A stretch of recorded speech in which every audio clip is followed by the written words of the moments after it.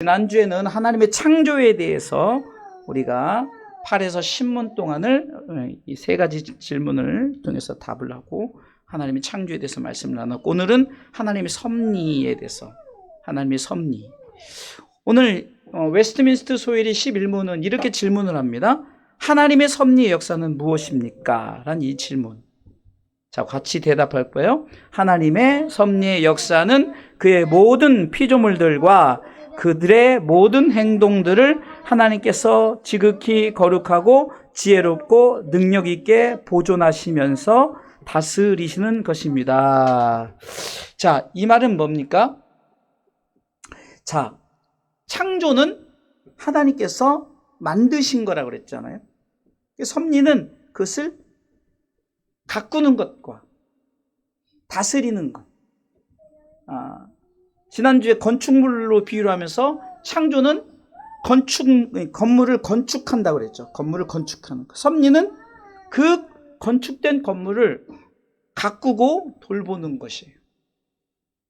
꾸미고 이렇게.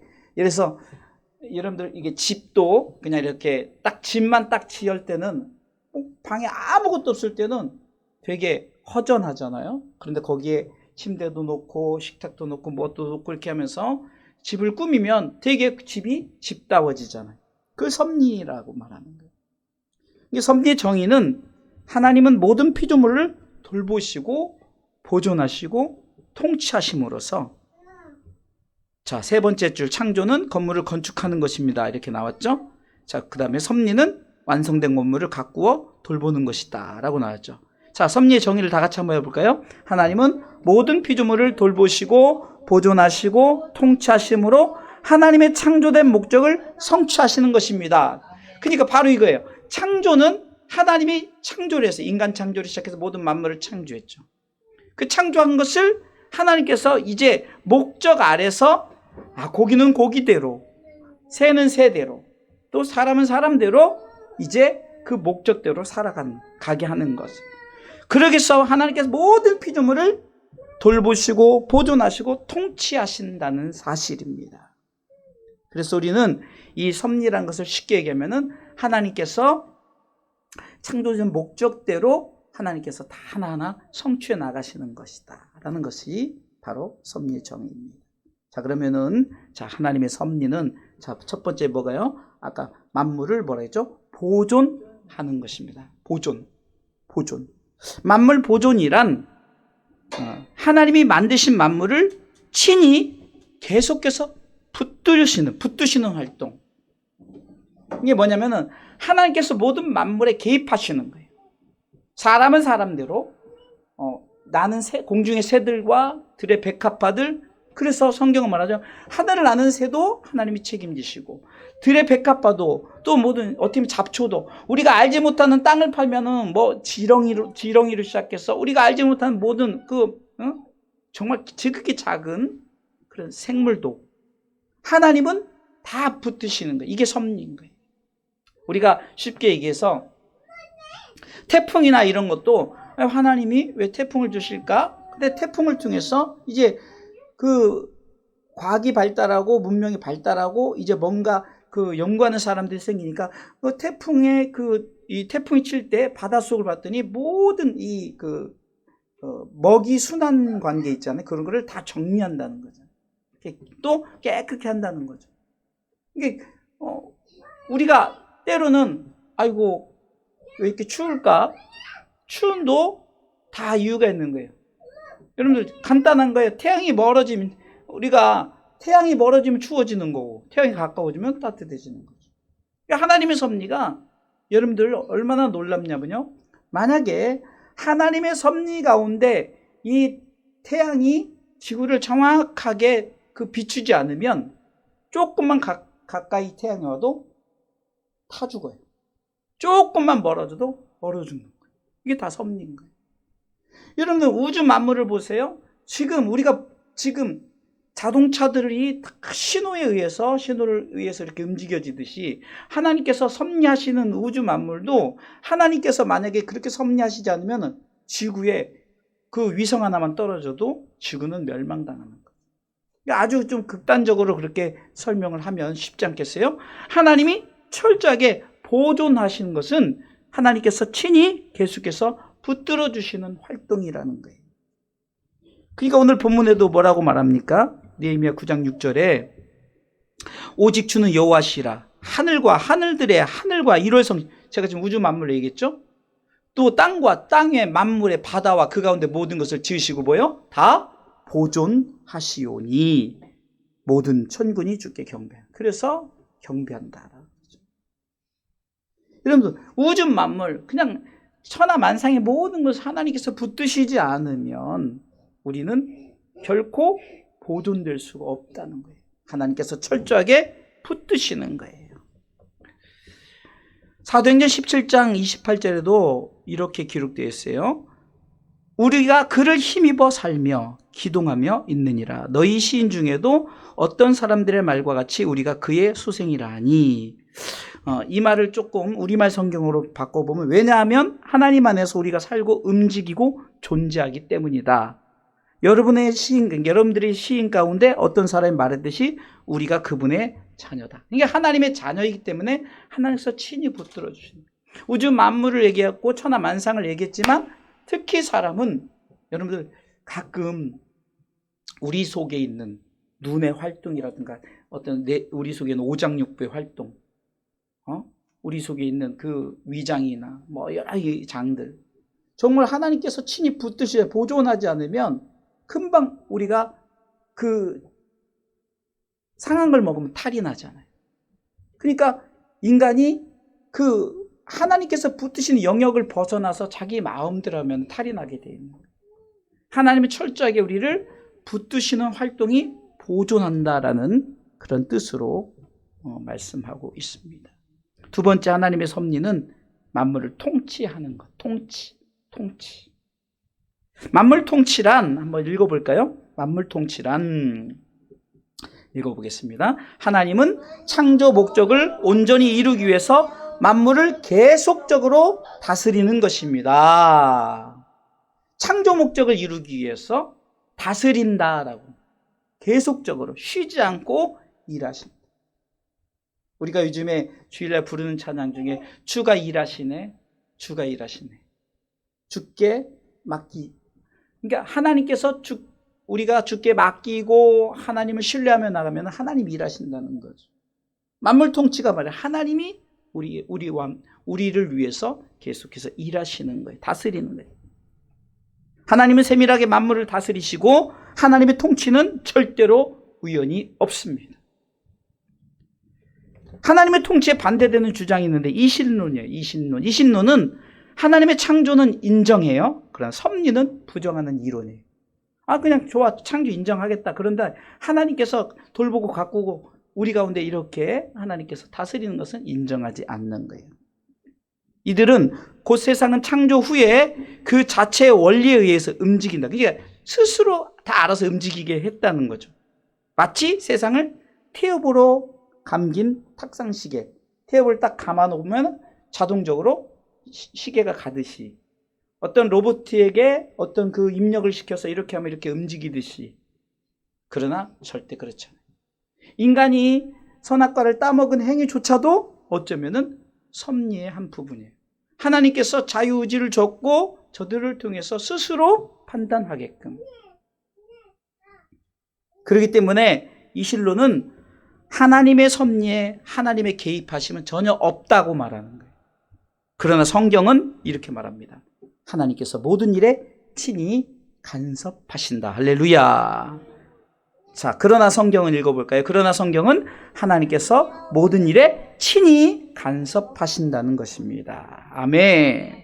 자, 그럼 만물의 통치는요, 우리가 세 가지로 한번 나눠봤는데요. 다스리심이에요. 하나님의 다스리심. 하나님의 다스리심은 하나님의 나라가 모든 만물을 다스리신다는 거예요. 시편 103편 19절, 오늘 읽었던 말씀처럼 여호와께서 그 보좌를 하늘에 세우시고 그 정권으로 만유를 통치하시는 도다.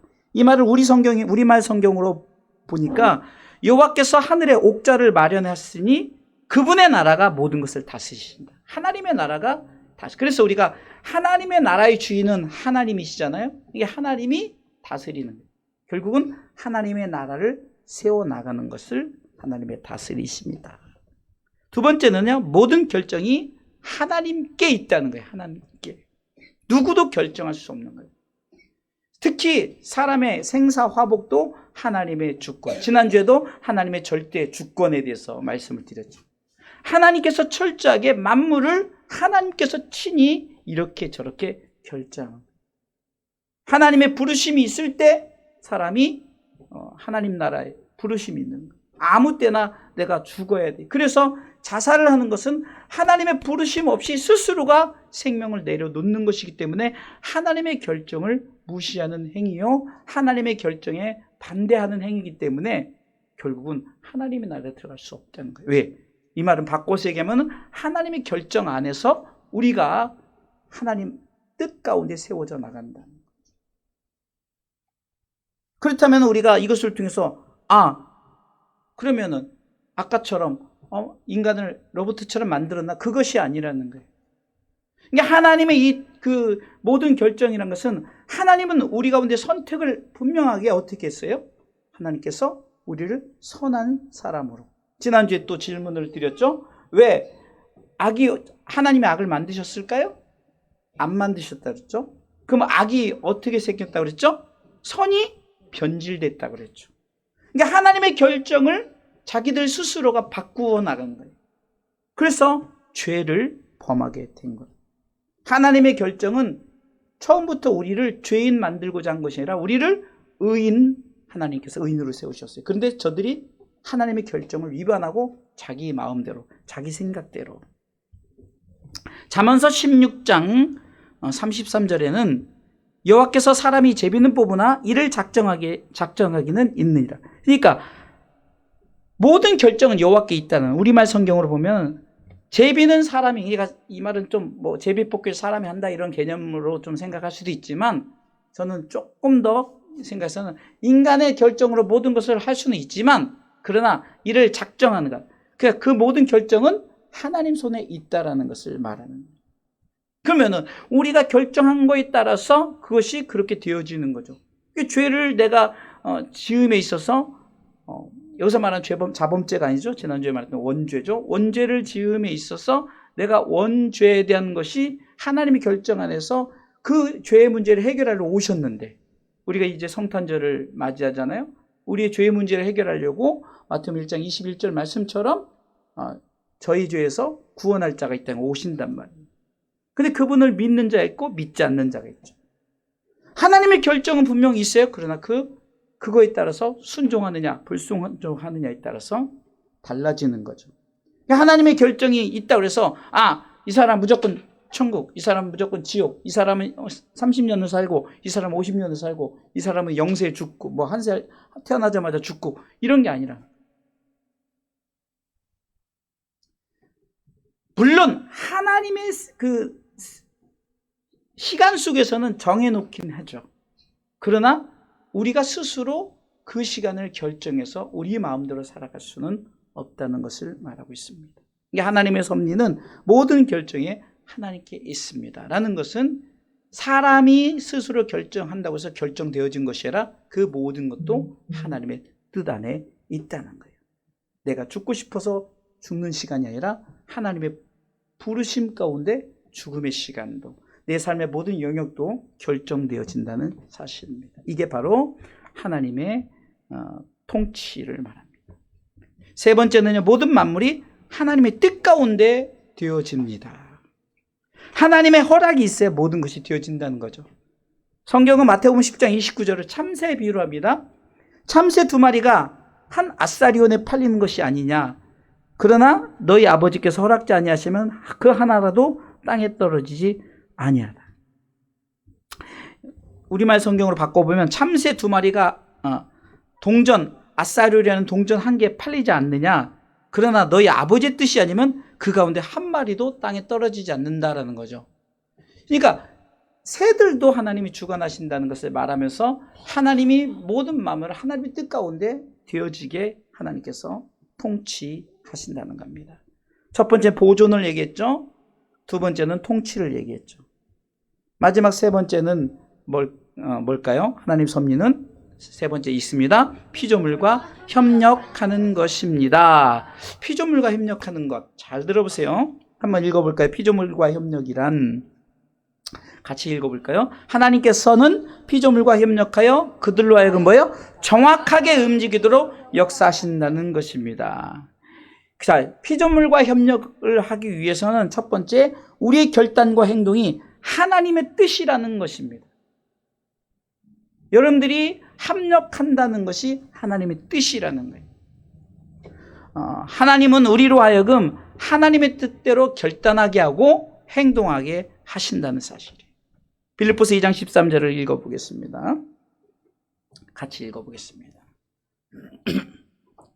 너희 안에서 행하시는 이는 하나님이시니 자기의 기쁘신 뜻을 위하여 너희로 소원을 두고 행하게 하시나니. 자, 우리말 성경으로 좀 요즘에 참 시대가 좋아서 이렇게 설교 준비가 참 좋은데, 우리말 성경 좀 여러분들이 좀 이해하기 쉽게, 여러분 안에서 하나님의 기쁘신 뜻에 따라 결단하게 하시고 행동하게 하시는 분이 있는데 그분이 하나님이시라는 거예요. 그러니까 우리가 결단하고 행동할 수 있도록 하나님은 우리 가운데 우리를 주장하신다는 겁니다.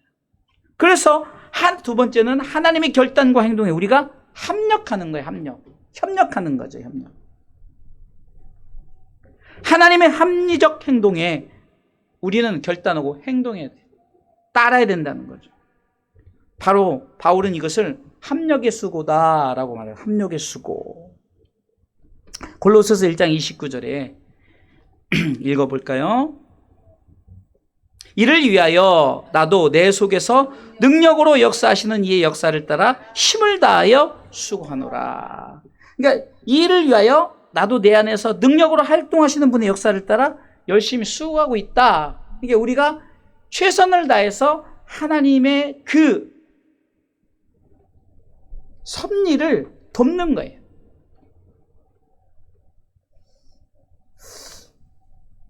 그러면 하나님의 섭리를 돕는 것이 세 번째 뭔 말이 나오냐? 하나님과 합력하여 선을 이루라는 거죠. 합력하여. 하나님과 합력하여 바로 선을 이룬다. 하나님과 합력하여 하나님의 뜻을 이루어 나가는 것인데, 로마서 8장 29절 같이 읽어볼까요? 우리가 알거니, 로마서 8장 28절, 죄송합니다. 8장 28절. 눈이 읽습니다. 우리가 알거니와 하나님을 사랑하는 자, 곧 그 뜻대로 부르심을 입은 자들이 뭐요? 모든 것이 합력하여 선을 이루느니라. 자, 하나님이 우리를 부르셨어요. 이게 섭리 가운데 부르셨어요. 그 뜻대로 부르심을 입은 자들에게 뭐라고 말합니까? 이제 합력하여 선을 이루자. 이 인간과의 합력의 선도 중요하지만 여기서 말하는 건 하나님과 우리, 하나님과 하나님의 백성과의 함께 합력해서 뭘 이루냐? 선을 이루는 것. 그러면 우리는 이 선이 무엇인가를 알아요. 선. 이 선은 하나님의 뜻을 말하는 거죠. 하나님의 뜻. 하나님의 뜻은 다른 것이 아니라 바로 우리를 위한 구원 계획. 우리가 이제 성탄절을 맞이하잖아요. 왜 성탄절이 우리에게 큰 의미입니까? 바로 그것은 하나님이 우리에게 주신 바로 구원 계획의 큰 뜻을 이제 이루기 위해서 하나님의 뜻의 역사를 우리 가운데 보이시는 거예요. 하나님과 합력한다는 것은 바로 하나님의 그분의 구원 계획에 우리가 동참한다는 거예요. 이게 하나님의 섭리의 근본적인 취지는, 여러분들 어떤 우리가 뭐 사자를 위해서, 뭐 고양이를 위해서, 뭐 해를 위해서 아니에요. 인간은 하나님의 섭리의 중심적인 핵심은 인간이에요. 사람이란 말입니다. 이 사람의 구원 계획이라는 거예요. 이 하나님의 섭리 가운데 왜 모든 만물을 다스리고 창조하고 인간을 위해서 주어진다고 그랬죠. 창세기 1장을 통해서 자, 너희가 생육하고 번성하고 충만하고 정복하고 다스리라고 창세기 1장 27절로 28절에 이제 5가지 축복이면서 사명을 주시잖아요. 누구를 위해서? 사람을 위해서 주어진 거예요. 그러면 사람을 위해서 하나님 정확한 구원 계획이 뭡니까요? 바로 저들을 예수 그리스도를 믿음으로 말미암아 구원받고 하나님 나라의 백성 되게 하는 거예요. 그래서 요한복음 3장 16절이 하나님이 세상을 이처럼 사랑하사 독생자를 주셨으니 이는 저를 믿는 자마다 멸망치 않고 영생, 하나님 나라의 영원한 생명을 얻게 하려 하십니다라고 말씀하는 줄 믿으시기 바랍니다. 네 번째는 하나님이 만물을 위해서 모든 것을 이루시죠. 특별히 만물 가운데 시편 57편 2절에는 내가 지극히 높으신 하나님께 부르짖으며 곧 나를 위하여 모든 것을 이루신 하나님께로다라고 하죠.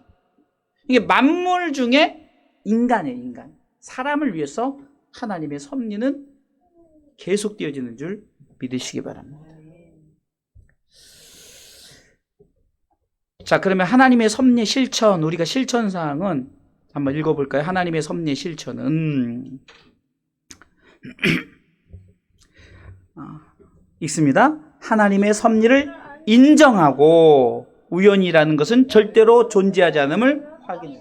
우연 아니에요. 확신해야 돼요. 하나님의 절대를 하나님이 우리 가운데 하나님의 절대적 주권 이게 우연으로 주어지는 것이 아니라 하나님께서 하나님 섭리 가운데 되어지는 것, 통치, 보존 통치, 그 다음에 합력할 선을 이루는 것, 이것이 바로 하나님의 섭리라고 세 가지를 얘기했잖아요. 이 섭리 실천은 바로 절대 우연이 아니다. 절대적으로 하나님의 계획 속에 주어진다. 그렇기 때문에 우리는 믿음으로 인내해야 되는 거예요. 참고 기다려야 되는 거예요. 아브라함의 기근, 아브라함이 참으로 기근을 만나서 이제 애굽으로 내려갑니다. 창세기 12장 10절에 그 땅에 기근이 있으므로 아브라함이 애굽에 우거하여 그리로 내려갔으니 이는 그 땅 기근이 심하였습니다. 흉년이 들었죠. 그러나 그것을 이기고 끝까지 견디고 나아갔더니 참고 인내했더니 열국의 아비로 세워진 거예요. 욥의 고난을 생각해 보겠습니다. 욥이 가정이 무너졌어요. 가정이 다 무너지고 온몸에 욕창도 나고, 그런데 그가 갑절의 축복을 받았던 것은 욥이 고난 가운데 하나님을 원망하지 않고 그는 끝까지 인내로 승리했기 때문이라는 거예요. 참 욥은 참으로 힘들고 어려운 일을 만났어요. 욥기서 2장 6절에 보면 참 애매한 고난을 받는데요. 하나님께서 이렇게 말합니다. 사단에게 읽습니다. 여호와께서 욥기서 2장 6절에 여호와께서 사단에게 이르시되 그를 내 손에 붙이노라 오직 그의 생명은 해하지 말지니라. 아니 하나님이 사단에게 욥을 내어줘요. 정말 이게 애매한 고난이죠. 이거는 상상도 못한 고난이에요. 정말로 하나님이 왜 이러실까? 참 욥은요 어쩌면은 다른 사람들은 내가 어떤 삶 가운데 그냥 내가 만든 고난이고 내 삶 가운데 어려운 고난, 욥은 하나님이 직접 고난을 주는데 생명만 건드리지 말고 모든 것을 다 뺏어가요. 욥이 얼마나 잘 살았냐면요, 동방에서, 요즘으로 말하면 동방에서 그 당시 동방은 요즘으로 말하면 이 미국 같은 나라예요. 그냥 잘 사는 나라. 그 잘 사는 나라에서 최고 부자였단 말이에요. 근데 사단이 와서 슬슬 그 하나님에게 욥이 까닭없이 하나님을 저렇게 섬기는 줄 알았는데 하나님이 물질도 주고 또 가정도 축복해주고 환경도 다 열어주고 그러니까 욥이 저렇게 하나님께 예배하고 하나님 앞에 나아가죠. 근데 하나님이 안 그렇다. 내 종 욥은 그렇지 않다는 거예요. 네가 한번 다 뺏어가 봐라. 단 목숨만 건드리지 말고 다 뺏어. 정말로 목숨만 빼놓고 생명만 빼놓고 심지어는 막 병까지 알아가지고 막 꼬챙이로 막 살을 긁는 그런 힘든 병까지 않고 아내도 욕하고 도망가고 이런 상황이었지만 욥은 결코 하나님을 원망하지 않았어요. 욥기서 2장 7절에 보면 사단이 이에 여호와 앞에서 물러가서 욥을 쳤는데 그 발바닥에서 정수리 깨져 악창이 나게 했어요. 그냥 한 군데만 그냥 악창이 나도 그냥 얼마나 사람이 고통이 있어요. 근데 머리서부터 발끝까지 그냥 온몸에 악창이 났어요. 그럼에도 그는 원망하지 않아요. 주신 자도 여호와시요 거두고 주신 자도 하나님께 예배를 드리면서 경배해 나가요. 욥기서 42장에는 갑절의 축복을 받은 욥을 소개하죠. 참았더니. 요셉의 시련을 보세요. 형제들의 시기로 구덩이에 던져지고 애굽에 팔려가고 옥에 갇히지만 결국은 애굽의 국무총리가 되지 않습니까? 참고 인내했더니. 다니엘 풀무불에 던져지고 사자굴에 던져졌지만 그러나 끝까지 견디고 승리했더니 총리가 되죠. 그 외에 성경에서 고난 가운데 승리한 삶의 인물들이 너무나도 많죠. 그 이유는 고난 후의 영광을 바라보기 때문에, 하나님의 섭리 가운데 결국은 승리하기 때문에, 승리한 자는 하나님 나라의 영광을 바라보기 때문입니다. 그들이 참고 이겨낸 이유는 바로 그 후에 영광이 있는 것을 바라보았기 때문입니다. 로마서 8장 18절에는 다 같이 읽어보겠습니다. 로마서 8장 18절 같이 읽습니다. 생각컨대 현재의 고난은 장차 우리에게 나타날 뭐요? 영광과 좋게 비교할 수 없다. 하나님의 영광이 주어지기 때문에 영광을 바라보았더니 스데반 집사가 돌에 맞으면서도 왜 안 아팠겠어요? 그러나 그거보다 더 큰 영광이 눈에 보였기 때문에 저들을 용서하는 기도를 하고 아버지의 영혼을 아버지 손이 부탁하나이다라고 결국은 정말로 운명하지 않습니까? 무엇을 봤습니까? 주님이 자기를 맞아들이고자 주님의 보좌 우편에서 서서 맞이하는 그것을 바라보았어요. 그 영광을 바라봤다. 바로 이겁니다. 절대 우연이 없어요. 그렇기 때문에 우리는 어떻게 됩니까? 참고 인내해야 된다는 거예요. 하나님께서 우리를 구원하사 하나님 나라의 백성으로 드리기까지는 성경의 인물들처럼 참고 인내하시기 바랍니다. 두 번째는요, 하나님의 섭리 실천은 같이 읽어보겠습니다. 읽습니다. 혹독한 삶의 여정에서 스스로 포기하지 말아야 됩니다. 우리가 절대로 포기하지 않아야 돼요. 하나님의 섭리를 묵묵히 인정하는 신앙이라는 거예요. 욥처럼 주신 자도 여호와시요 취하신 자도 여호와시요. 요셉처럼 나를 구덩이에 판 것도 여호와시요. 나중에 그 창세기 50장 23절에 유명한 고백을 하잖아요. 당신들은 나를 헤아려 했으나 하나님께서 나를 하나님의 뜻 가운데 모든 민족을 구원하시려고 구원 계획 속에 이렇게 나를 고난 가운데 있게 했다라고 고백했잖아요. 그렇기 때문에 우리는 바로 이것을 알아야 됩니다. 하나님의 섭리를 묵묵히 인정하는 신앙. 나오미의 삶, 여러분들 성의 룻기서에 보면 나오미라는 사람이 나오는데 이 나오미는 참 세상 말로 참 뭐라 그러죠? 박복한 여인이라고 그럴까요? 남편도 죽고 아들도 죽고 며느리 둘만 남았는데 며느리 둘 중에 하나는 원래 고향으로 돌아갔고 룻 하나만 딱 남았는데 힘들고 어려우니까 막 기근이 심해서 이제 베들레헴을 떠나서 모압 지역으로 갔는데 그곳에서 다 죽는 거예요. 자녀들 남편도 죽고 아들도 죽고 결국 다시 베들레헴으로 돌아오죠. 그러나 룻이라는 며느리와 함께 하나님의 섭리를 묵묵히 인정함으로써 결국에 룻에게 누구를 만나게 합니까? 보아스라는 사람. 그래서 이 보아스라는 사람은 예수 그리스도의 그 선조. 이게 보아스를 통해서 예수 그리스도가 나오게 되죠. 이게 나오미의 삶은 이름 자체는 기쁨의 샘이란 이름 뜻인데 저가 스스로 말합니다. 나를 기쁨의 샘 나오미라 하지 말고 말하라 칭하라. 룻기서 1장 20절이죠. 같이 읽어볼까요? 룻기서 1장 20절 21절 읽습니다. 나오미가 그들에게 이르되 나를 나오미라 칭하지 말고 말하라 칭하라. 이는 전능자가 나를 심히 괴롭게 하셨음이니라. 내가 풍족하게 나갔더니 여호와께서 나로 비어 돌아오게 하셨느니라. 여호와께서 나를 징벌하셨고 전능자가 나를 괴롭게 하셨거늘 너희가 어찌 나를 나오미라 칭하느냐. 너희가 여호와께서 나를 이렇게 고난을 주는데 왜 너희들이 나를 기쁨의 샘이라 하느냐. 나는 마라의 쓴물이다. 나는 쓴물이다라고 말하는 거예요. 그러나 그가 참고 견디했더니 결국은 그를 다시금 기쁨의 샘이 터지게 하지 않습니까?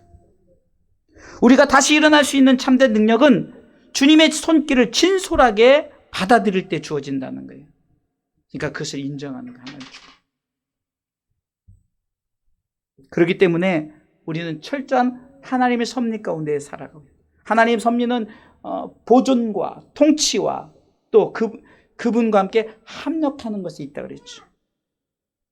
그리고 그것을 통해서 우리는 그것을 묵묵히 인정하고 받아들이는 거예요. 세 가지 질문을 제가 답과 함께 드리도록 하겠습니다. 만약에 하나님의 섭리가 없다면 세상은 어떻게 변할까요? 답을 해볼까요? 사람들 마음대로 살아가게 될 것입니다. 곧 세상은 무질서하게 됩니다. 하나님의 섭리가 있어야만이 질서 있게 되어진다는 거죠. 세상 자체가. 두 번째, 하나님께서 만물을 통치하고 계신다는 것을 우리는 어떻게 알 수 있습니까? 시작. 만물을 통해서 알 수 있습니다. 하늘과 땅과 모든 만물이 하나님의 통치 가운데 살아갑니다. 아멘. 그러니까 우리가 하늘을 보고 알 수 있고 땅을 보고 알 수 있어요. 우주 만물을 통해서 알 수 있어요. 지금 여러분들이 지금 이렇게 지구가 생각해 보세요. 여러분들 지구가 옛날에는 이렇게 배를 타고 가다가 뚝 떨어지니까 지구가 사각이다. 왜? 이렇게 볼 수 있는 그게 없기 때문에. 그런데 이제 지구는 둥글다라는 것이 뚝 떨어진 게 아니라 조금씩 내려가지 않느냐. 그런데 여러분들 보세요. 어떻게 우리가 지구가 둥근데 어떻게 살아갈 수 있어요? 만유인력에 의해서. 하나님이 우리를 어떻게 보면 지구가 이렇게 동그라면 맨 밑에 사람은 거꾸로 서 있는 거잖아요. 그렇죠? 그렇게 생각할 수밖에 없잖아요. 하나님이 주관하지 않으면 모든 만물, 사람도 여러분들 재밌는 거 한번 상상해 볼까요? 여러분들의 코가 거꾸로 돼 있다면 어떻게 할까요? 비가 다 들어가죠. 숨을 어떻게 쉬겠어요? 비가 들어오는데. 그 신기하잖아요. 귀도 딱 이렇게 만들었으니까. 눈도 이렇게 정면에다 여러분들 이렇게 그 SF 영화나 보면 뭐 이렇게 무슨 외계인들 보면 눈이 뒤쪽에 달리고 눈이 막 3개고 4개고 막 이런 외계인들이 있는데, 여러분 하나님은 사람을 하나님이 그 인간의 형상, 그 하나님의 형상대로 인간이 살아갈 수 있게끔 다 그냥 발을 밑에다 만들고 손 이렇게 만들고 이렇게 인간을 만드는. 모든 우주 만물 중에 사람만큼 여러분들 정말로 아름다운 그 자체가 어디 있습니까? 개가, 여러분 흔히 우리가 돼지가 막 아무리 잘생긴 돼지여도 사람만 못하죠. 미스터 피그거 미스 피그건 간에 최고에도 돼지가 아무리 잘생겨도 돼지는 돼지인 거예요. 그러나 하나님은 어쩜 이렇게 우리 지우기 보세요. 이렇게 어쩜 이렇게 이쁘게 하나님께서 창조했을까?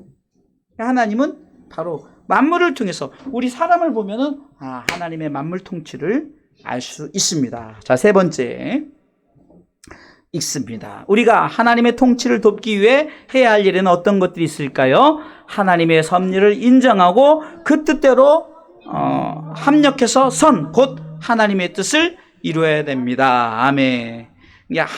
선이라는 것은 구원 계획이죠. 그 뜻을 이루어 나가야 되는 거예요. 이 세 가지 질문입니다. 세상은 하나님의 섭리 가운데 있기 때문에 질서 있게 돌아가고, 하나님이 만물을 통치하고 있기 때문에 우리는 그 통치 가운데 살아가고 있고, 그 통치를 위해서 우리는 하나님과 합력해서 인정하고 하나님의 뜻을 이루어 나가시기를 주님의 이름으로 축원합니다.